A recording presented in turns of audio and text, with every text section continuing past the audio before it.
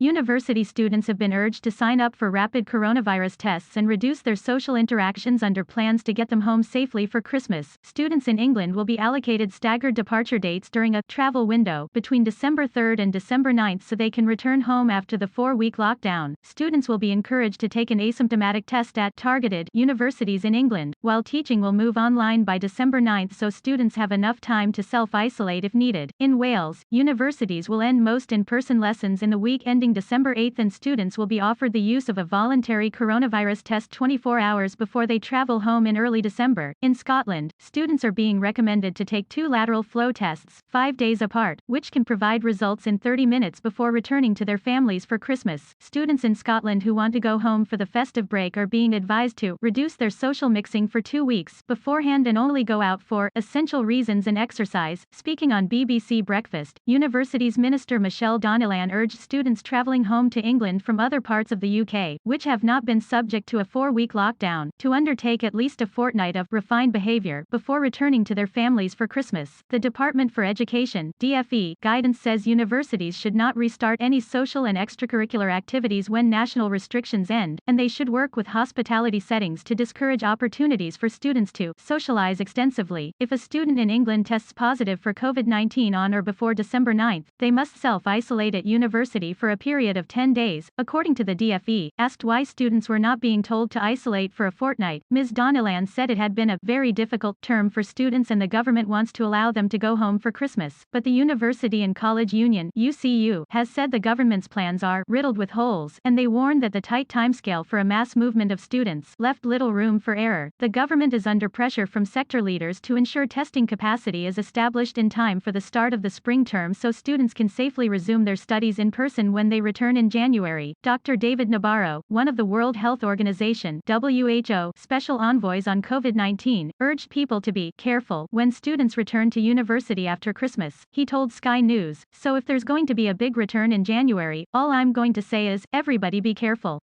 Because that's when the virus can really move around quickly." Larissa Kennedy, president of the National Union of Students (NUS), said, "The government must now ensure that universities have enough resource to cope with the mass demand for this testing. We do now need a clear strategy for January return. Students deserve better than another term of uncertainty." Ms. Donnellan said rapid testing would form a key part of the government's plan to get students back to university after Christmas. But she insisted that students would not have to test negative. "What we're saying is that it's going to be a part of the return to university in January," she told Sky News. The minister said she expected Northern Ireland to set out their plans for students in the coming days.